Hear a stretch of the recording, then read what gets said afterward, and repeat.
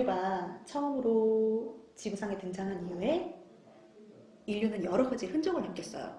근데 그 흔적을 남기는 방식에 따라서 우리는 역사를 선사시대와 역사시대로 나눠서 연구합니다.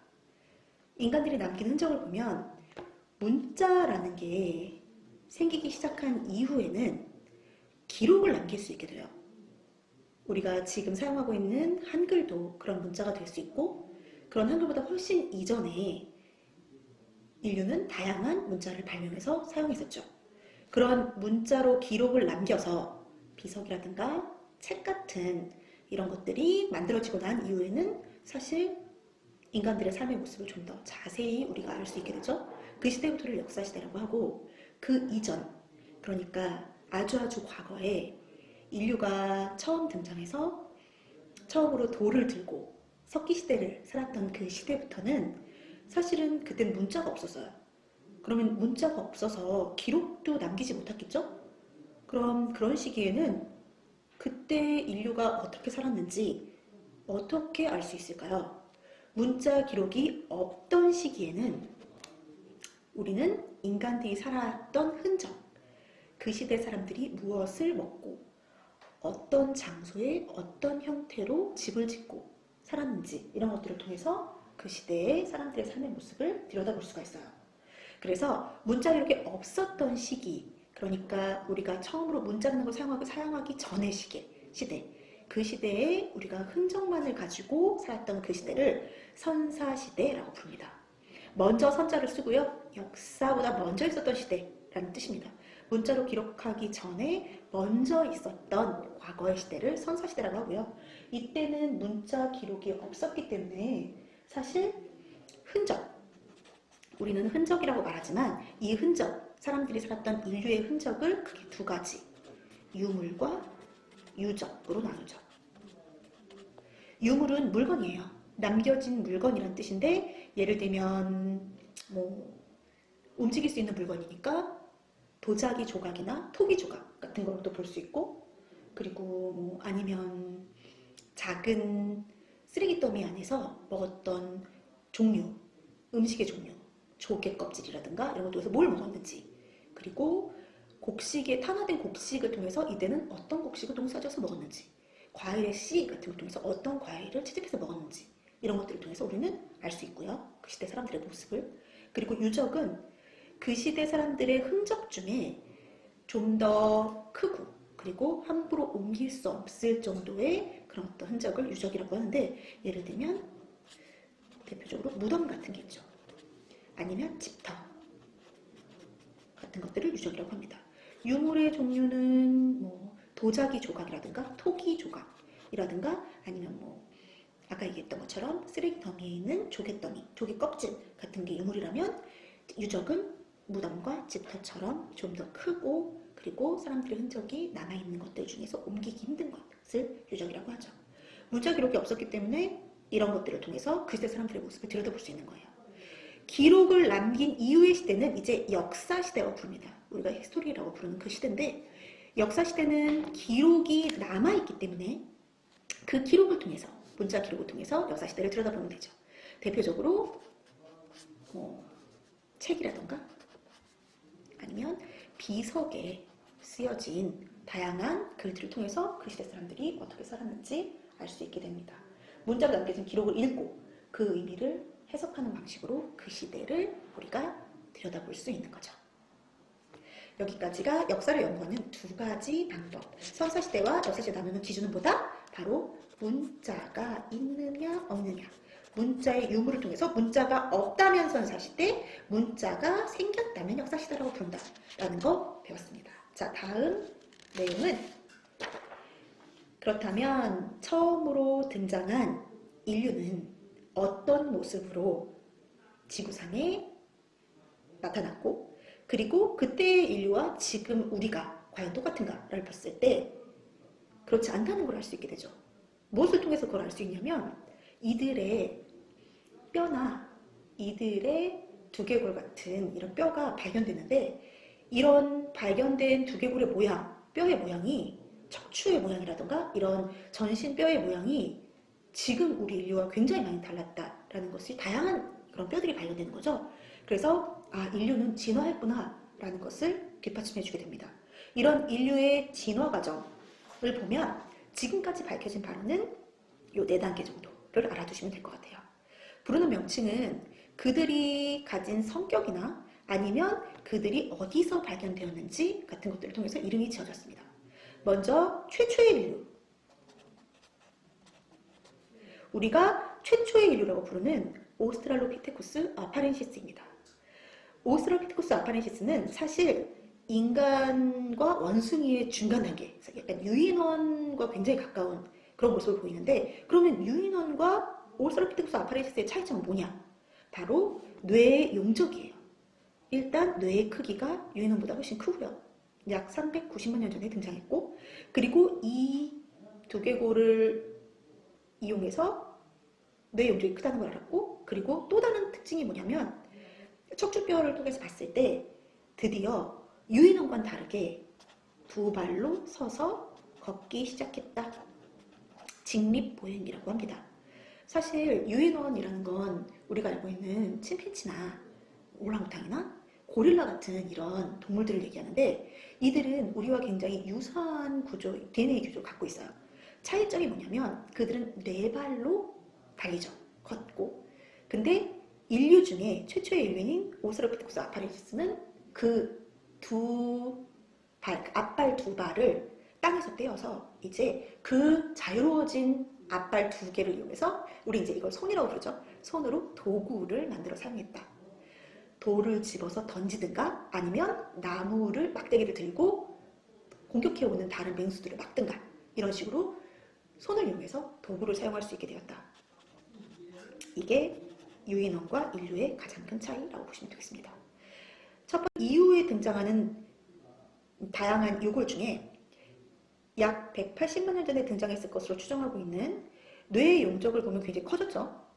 뇌의 용적이 더 커진 호모 에렉투스가 등장하게 됩니다. 앞으로 우리가 뒤에서 계속 배우게 될 이 호모라는 표현은 사실 이제 인간이다, 휴먼이다 라는 뜻이고요. 사실 오스트랄로피테쿠스 아파렌시스는 그 뜻을 살펴보면 남방의 원숭이라는 뜻이에요. 아직은 유인원과의 차이점이 그다지 크지 않기 때문에, 직립보행한 것을 빼면 사실 유인원과 굉장히 비슷한 수준이기 때문에 아직은 인간이라는 표현을 붙여주지 않죠. 근데 이제 에렉투스부터는 호모라는 표현을 써서 인간에 가까워졌다. 인류라는 표현을 써줘서 호모, 뒤에 호모 네안데르탈렌시스와 호모 사피엔스도 마찬가지고요. 이렇게 호모라는 표현을 쓰게 됩니다. 자, 최초의 직립보행하고 도구 사용했던 오스트랄로피테쿠스와는 다르게 호모 에렉투스는 허리를 보시면 허리가 이렇게 굽어져 있는, 이런 오스트랄로피테쿠스와 다르게 허리를 곧게 펴서 좀 더 등을 펴고 섰다는 것을 알 수 있죠. 사실 에렉투스라는 표현 자체가 곧선, 그러니까 허리를 곧게 세운 이란 뜻입니다. 그래서 이제 이 인류는, 에렉투스는 좀 더 허리를 곧게 펴고, 지금 들고 있는 게 여기 잘 안 나와 있는데 이게 사실 파이어, 불입니다. 불. 나무에 불을 붙여서 들고 있죠. 처음으로 불을 사용하기 시작했다는 거. 사실 불은 발명이 아니라 발견이죠.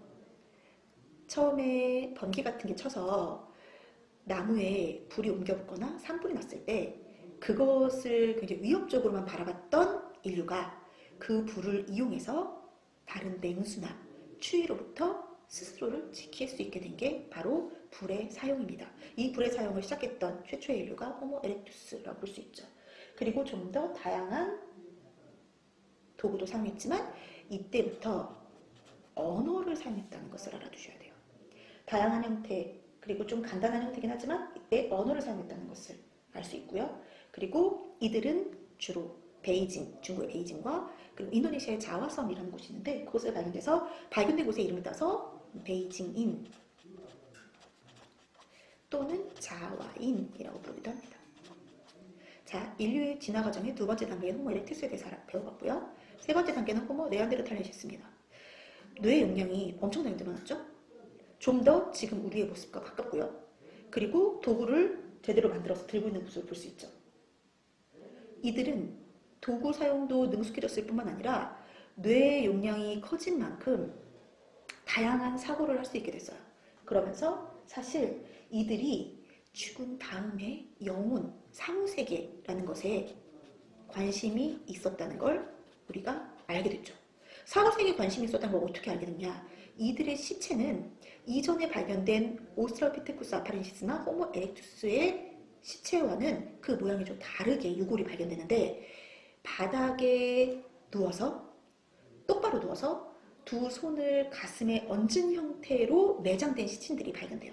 그 얘기는 스스로 죽어서 그냥 땅에 묻힌 게 아니라, 또는 죽은 이후에 흙에 흙더미에 쌓였거나 이렇게 된 게 아니라, 누군가 사랑하는 사람이 죽은 이후에 가족이나 동료들이 이 시체를 바른 형태로 묻어줬다는 걸 알 수 있죠. 동물들 중에 시체를 매장하는 동물들 없죠.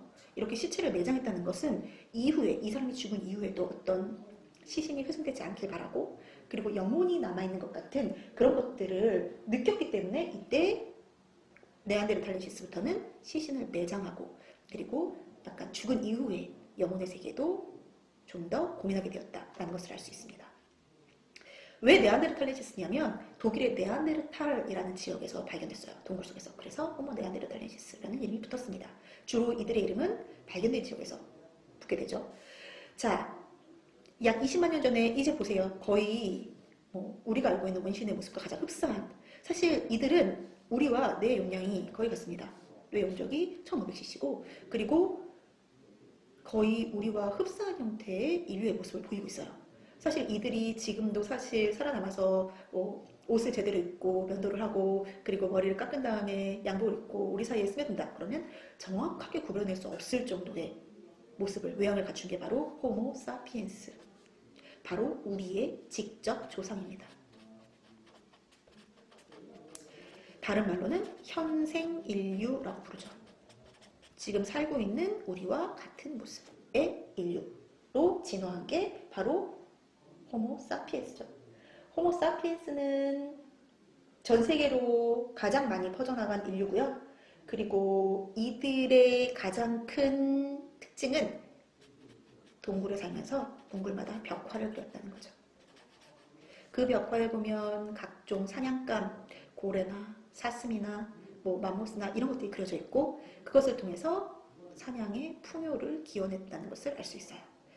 그리고 동굴 벽화와 함께 이들은 사실 다양한 지역, 전 세계 다양한 지역에서 발견되는데, 그 중에 호모사피엔스는 크로마뇽이라는 지역에서 동굴 속에서 발견된 그 호모사피엔스가 가장 유명해서 크로마뇽인이라는 이름으로도 불리죠.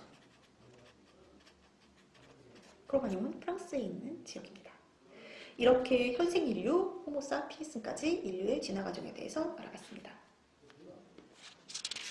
까지 완전히 이제 인류는 진화했고, 그 이후에 점점 더 많은 사람들이 모여서 무리 생활을 했죠. 그렇게 무리 생활을 하고 평등 사회를 지나친 끝에 좀 더 많은 사람들이 좀 더 살기 좋은 곳에 모여서 문명을 발생시키게 되죠. 문명은 사실 제대로 된 인간들이 국가를 만들어 살기 시작할 시대를 우리는 문명의 발생이라고 볼 수 있어요. 이 문명의 발생은 사실 도시의 발달과 함께 시작되었는데, 그 도시가 발달한 지역에 공통점이 있습니다. 문명의 발생의 공통점인데, 첫 번째 문명 발생의 공통점은 모두 거대한 강 주변의 평야 지역에서 만들어졌다는 거죠.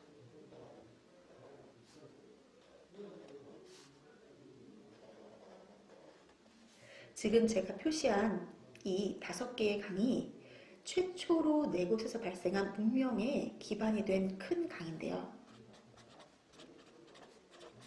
큰 강 주변에서 사람들이 국가를 만들고 살 수 있었던 건, 큰 강 유역에는 비옥한 평야가 만들어지죠. 비옥한 평야는 농사짓기 쉬운 땅이라는 뜻인데, 똑같은 노력을 들여도 더 많은 농작물을 재배할 수 있는 땅입니다. 강 주변에는 당연히 평야가 만들어지죠. 그곳에서는 농사가 잘 지어져요. 이렇게 비옥한 평야 지역에서 사람들이 모여서 살다 보니까 다른 지역보다 훨씬 더 많은 사람들이 살 수 있게 된 거죠. 그 많은 사람들이 나중에 국가의 형태를 이루고 살게 되는 겁니다. 큰강유역, 비옥한 평야지역. 그럼 큰강유역과 비옥한 평야지역에서는 모두 다 문명이 발생이냐? 그렇잖아요. 이 비옥한 평야지역의 기후가 따뜻해야죠. 온화한 기후지역이라는 특징이 있는데 기후가 온화해야 사람들이 살기가 좋고 농사가 잘 지어지기 때문이죠. 공통점 첫 번째, 큰강유역의 비옥한 평야지역의 온화한 기후지대. 두 번째, 문명의 발생의 공통점은 바로 이곳에서 농사를 지어서 그 농사 짓고 나서 남은 잉여 생산물, 그러니까 먹고 남는 거 말하는 거예요. 먹고 남은 생산물을 통해서 더 많은 사람들이 함께 살 수 있게 되고 인구가 늘어나게 되고 이렇게 인구가 늘어난 지역은 주변 지역을 정복할 수 있게 되죠. 그러면서 정복을 하는 나라와 정복을 당하는 나라가 생기게 돼요. 전쟁을 해서 이긴 나라는 지배자가 되고 그렇지 못한 전쟁에서 진 나라의 사람들을 데려다가 자신들의 노예로 삼는 이런 피지배 계층이 생기게 됩니다. 바로 그 전에 인류가 계속해서 평등하게 살고 똑같이 음식을 나누어 먹던 그 시절과는 다르게 계급, 신분이라고도 하는데 계급이 발생하게 돼요. 이 계급은 둘로 나뉘게 되는 거죠. 지배하는 자와 지배받는 자들. 그래서 지배계층과 피지배계층으로 나뉘게 됩니다. 이렇게 계급이 발생해서 지배자가 지배받는 자들을 생산에 보내고 본인들은 그것에 대한 어떤 대가를 편하게 착취하는 이런 계급의 발생이 문명의 발생과 함께 이루어지게 되죠. 공통점이에요. 이 네 곳에서 모두 발생하게 됩니다. 그리고 또 다른 공통점은 이런 계급을 통해서 나라를 다스리게 되면 많은 사람들에게 자신들의 어떤 명령이나 아니면 지켜야 할 규칙 같은 것들을 전달해야 되는데 입에서 입으로 전달하기에는 수가 너무 많아졌어요. 5,000명, 10,000명이 넘는 사람들에게 말로 전달할 수는 없죠. 그래서 전달할 수 있는 가장 중요한 매개체, 바로 문자가 발명되게 됩니다. 우리 앞에서 배웠죠? 문자가 생기기 이전의 시대를 뭐라고 불렀죠? 선사시대. 그러면 문자가 발생한 이후의 시대는 역사시대. 그러니까 문명의 발생은 역사시대가 시작되었다라는 것을 알 수 있습니다. 문자 발명과 함께 문명의 발생 그리고 역사시대가 시작되게 되는 거예요. 네 번째, 그렇다면 이런 계급을 통해서 다른 나라를 지배하기 위해서는 좀 더 발전된 무기와 전투력을 가지고 있으면 되겠죠. 그 발전된 무기가 바로 청동기입니다. 그 전까지 인류는 돌을 사용해왔어요. 구석기와 신석기 시대를 거쳐서 돌을 사용하는 사람들이 대부분이었던 석기 시대에 청동기라는 건 금속이에요. 금속을 사용했다는 것은 훨씬 더 살상력도 전투력도 강해졌다는 걸 얘기하는 거죠. 청동기를 사용하는 자들이 석기를 사용하는 자들을 공격해서 지배하면서 그들을 피지배 계층을 만들고 계급이 발생했다고 보시면 되죠. 마지막으로 청동기를 가진 자들이 지배자가 되고 문자를 발명해서 역사시대가 시작되면서 계급이 발생하고 그리고 이 큰강유역에서 다양한 농산물을 재배하는 도시 형태의 국가가 발생하게 되는 겁니다. 이 5가지가 문명의 발생의 공통점이고 이렇게 발생한 4개의 문명, 바로 나와 있는 이집트 문명, 메소포타미아 문명, 인더스 문명, 중국 문명입니다. 이 네 곳에서 가장 먼저 인류의 문명이 발생했다는 거 알아두시고 각각의 문명은 따로따로 다음 시간에 배우도록 할게요.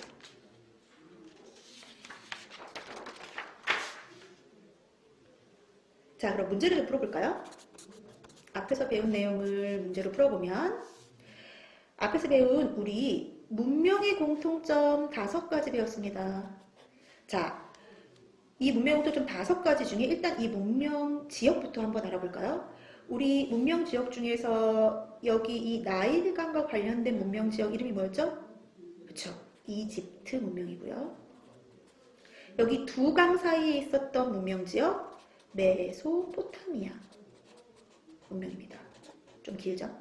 그리고 여기 인도의 인더스강 유역이기 때문에 인도 문명이라고 부르고요. 쉽죠? 그리고 여기 중국 황허강에서 만들어진 이 문명도 중국 문명이라고 배울 겁니다.